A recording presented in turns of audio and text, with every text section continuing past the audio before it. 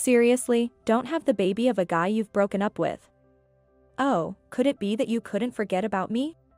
Did you think that if you had a child, I'd never be able to cut ties with you? How naive is that? Hey, what do you say? It's just ridiculous. Looking back, breaking up was absolutely the right decision. If I had stayed with such a delusional man, I would never have achieved the happiness I have now. Today, I want to talk about my unforgettable dark history and the revolt against it. My name is Jessica. I'm a 53-year-old housewife who enjoys doing household chores while watching the morning news. I was 38 at the time. I was living peacefully with my husband, Mike, but around that time, a bit of unrest started to creep into our home. Mike would respond to what I said with a "so what?" or "and" in a way that was oddly intimidating or indifferent. So, you see, I would try to continue the conversation. But then he would cut me off with, "I'm busy right now." I felt dismissed, treated with disdain. It wasn't that he was always like this. If anything, he was someone who loved to chat and would crack jokes to make me laugh whenever he had the chance. But then, this transformation happened. It was such a sudden change that I wondered if I had done something wrong, but I couldn't think of anything specific. One day, I noticed a faint lipstick mark on the back of a shirt Mike had brought to the laundry.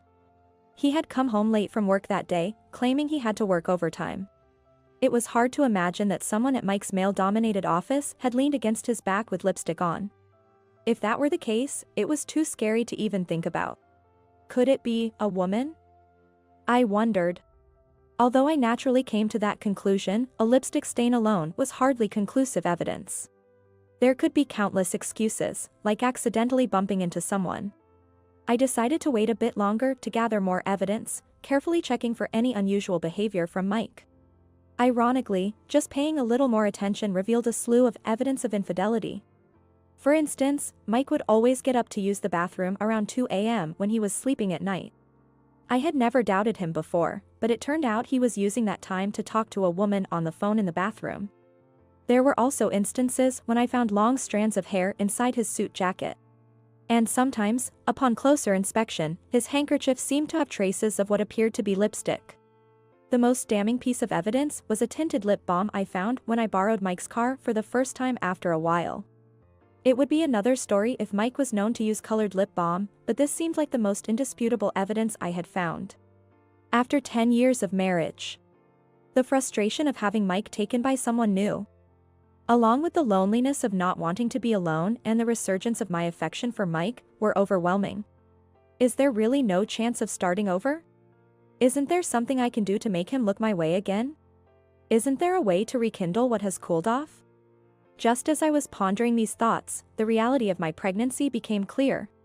It's needless to say that I thought pregnancy at this timing was a gift from God. We don't have children. The monotony in our relationship might have been the cause of Mike's affair. Maybe, this pregnancy could be the chance for him to change. Holding on to that hope, I brought up the pregnancy to Mike. But then, what the heck? Give me a break, this is such a hassle. Let's just break up. I couldn't believe my ears. Well, looking back, I think my judgment and expectations were too naive. The likelihood of a man who's cheating coming back is extremely rare. Life isn't like a TV drama where things just work out smoothly. But back then, I truly believed that since we married out of love, we can surely find our way back to each other. Is that really how you're going to say it? It's your child too. Even for the child, it would be better off for a dad like me not be around. You've realized it too, right?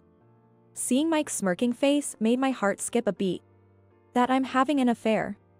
Pretending not to know about Mike's affair and hoping the pregnancy would magically fix everything, it felt like I was being pushed off a cliff. At that time, I thought, if the affair is brought to light, things will get tense, and Mike will never come back. But that was a misjudgment too.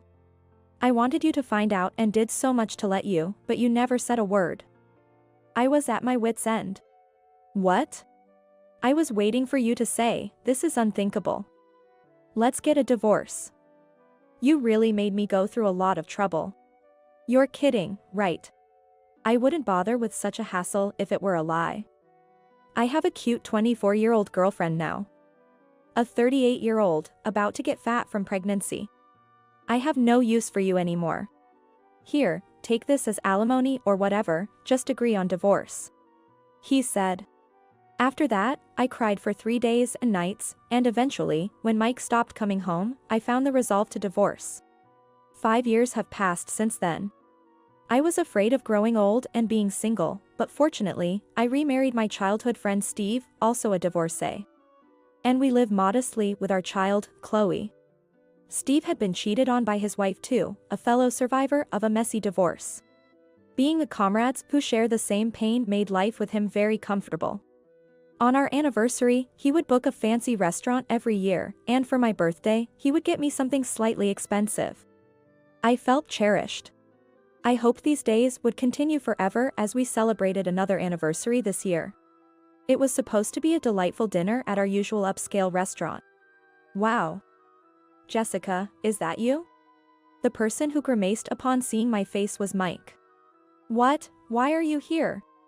I couldn't hide my disgust. What a tragedy. I had accidentally run into Mike coming out of the restroom. What? I'm here for a business dinner. Unlike you, I'm busy, huh? Mike glanced over my shoulder and approached briskly. Wow, so you had the child, huh? The one you were pregnant with when we split? That's gross. Saying that, Mike grabbed the child's hand, looked closely, and began to say outrageous things. Seriously, don't have the child of a guy you've broken up with. Oh, could it be that you couldn't forget about me? Thinking that if you had a child, I'd never be able to cut ties with you? How naive is that? Hey, what do you say? Mike, grinning, seemed to be having a great time spinning the child around by the hand. The child's face twisted in distress, and he started crying out loud. Daddy. Mommy.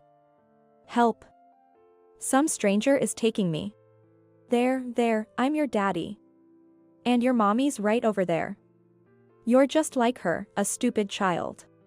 Just when Mike blurted out those words, suddenly, a man towering over, taller than 6 feet, appeared from behind and forcefully grabbed Mike's arm. Excuse me, but that boy is mine, you know? What? Mike's bewildered expression almost made me burst out laughing. Huh? Is this guy your new husband, Jessica? I didn't answer Mike's question. I'm not sure what you've been saying, but surely you don't think you can make someone's child cry and get away with it, do you? The tall man said this as he glared at Mike. A glimpse of a tattoo peeked out from his arm, and noticing it, Mike instantly turned pale. Wait, Hey, Jessica. Tell your husband to stop. Excuse me? That woman is not my wife. What? Confused again, Mike glanced back and forth between me, the man, and the screaming child. What? Then who is this child? Before he knew it, Mike's arms were bound by the man. This man is a lunatic repeating nonsense. Someone call the staff. There's a man here harming a child. The man's outcry stirred the restaurant. What a day this turned out to be on such an important anniversary. I thought to myself with a smirk. It turned out to be quite a memorable day, although unexpectedly. Waiter. Over here. I saw this man forcibly grabbing a child's arm. My words left Mike gaping in shock. Wait, Jessica. What? What's going on? Seriously, I don't understand what's happening. As Mike frantically protested, I said, I am not that man's wife, and that child is neither mine nor yours. But he was right behind you. You were blocking the narrow passage to the restroom entrance, standing there like a post, preventing the boy from entering. He was simply following his father to the restroom, and you obstructed him. What? Really, you might want to make people the butt of your jokes, but you should be careful of jumping to conclusions. Why don't you look around a bit more? Shut up. I don't need to be lectured by you. Indeed, my valuable words probably wouldn't reach a suspicious person like you. I'm not a suspicious person. Well, any man who approaches an unknown child, grabs their arm, and then uses baby talk like I'm your daddy, is undoubtedly suspicious. No matter how you look at it. But that was. And then, you tell the woman in front of you a mommy is right there, isn't she? Are you still under the impression that we're married? As I said this with a smirk, Mike turned red with anger and shouted, "Don't mess with me." But the louder Mike's voice, the tighter the grip of the man holding him. Ow ow. Hey, man. Back off. I'm innocent. Innocent? It's undeniable that you made my dear son cry, isn't it? But that was a misunderstanding. I quickly interjected, it's a fact that you misunderstood and assaulted someone else's son on your own accord. Then Mike glared at me and said, "You jerk." Yikes, getting glared at by a suspicious person, how scary. I responded sarcastically, with a hint of mock fear in my voice. This seemed to irritate Mike even more. And he began to struggle wildly against the man restraining him. "Thinking you and I are still a couple, huh? Or could it be you haven't forgotten about me?" I taunted him with the same accusation he had thrown at me earlier. Predictably, Mike got angry, and sensing the danger, the tall man quickly pinned him to the floor. "If you thought you could escape from me, you're sorely mistaken."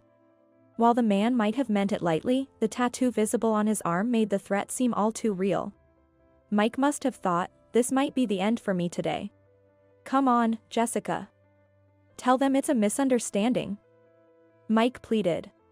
"But dragging someone else's child by the hand isn't just a misunderstanding," I retorted. "I thought he was my child," Mike said, his voice breaking like a child's, which made me burst out laughing. "You claim I'm my child without even acknowledging or paying child support? What?